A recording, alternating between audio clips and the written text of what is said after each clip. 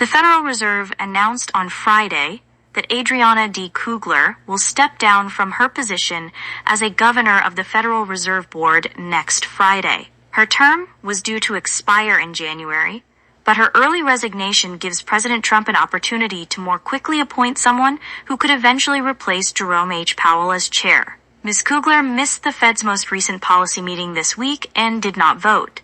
In a speech earlier last month, she said the Fed should not cut interest rates for some time as tariffs trickled through to consumer prices. The opening on the board comes as Mr. Trump pressures the Fed to cut interest rates and publicly berates Mr. Powell, saying he should lower borrowing costs or resign. The president has also toyed with firing Mr. Powell or naming a successor before Mr. Powell's term as chair ends in May. On Friday, he went so far as to call on the board to remove Mr. Powell from his position as chair. The Fed statement about Ms. Kugler's early resignation did not give a reason for her decision. The central bank declined to comment beyond the announcement. "It has been an honor of a lifetime to serve on the Board of Governors of the Federal Reserve System," said Ms. Kugler said in a statement. "I am especially honored to have served during a critical time in achieving our dual mandate of bringing down prices and keeping a strong and resilient labor market." Ms. Kugler has served as a governor at the Fed since September 2023, after being nominated by former President Joseph R. Biden Jr. She plans to return to her job as a public policy professor at Georgetown University in the fall. Ms. Kugler is an economist with a background in labor economics who has Colombian heritage and was the U.S. Executive Director of the World Bank. She was the first Latino person to serve on the Fed's board.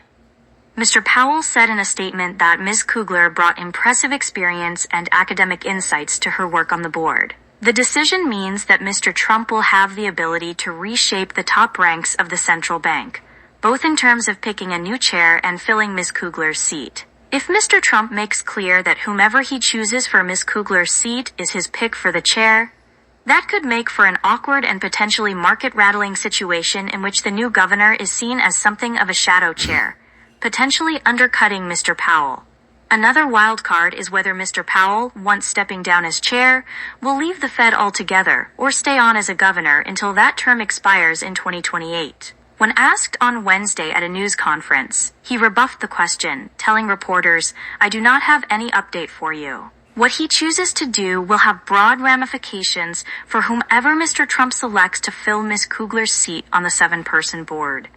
If Mr. Powell remains a governor, whoever is appointed to Ms. Kugler's vacancy will have to be a possible pick to become the next chair. If Mr. Powell chooses to depart, Mr. Trump will have yet another spot to fill. Mr. Trump, speaking to reporters on Friday afternoon, said he had just learned about the open position. "I just found out that I have an open spot on the Federal Reserve Board. I'm very happy about that," he said. He later posted on social media that Mr. Powell, quote, "should resign, just like Adriana Kugler, a Biden appointee, resigned. She knew he was doing the wrong thing on interest rates. He should resign also." In his first term, Mr. Trump selected Mr. Powell as chair and later had the opportunity to appoint 2 more governors to the powerful board, whose members vote on every policy decision. Those 2 officials, Christopher J. Waller and Michelle W. Bowman, dissented on the Fed's decision this week to keep interest rates steady and instead called for a 1/4-point reduction in interest rates at the July meeting.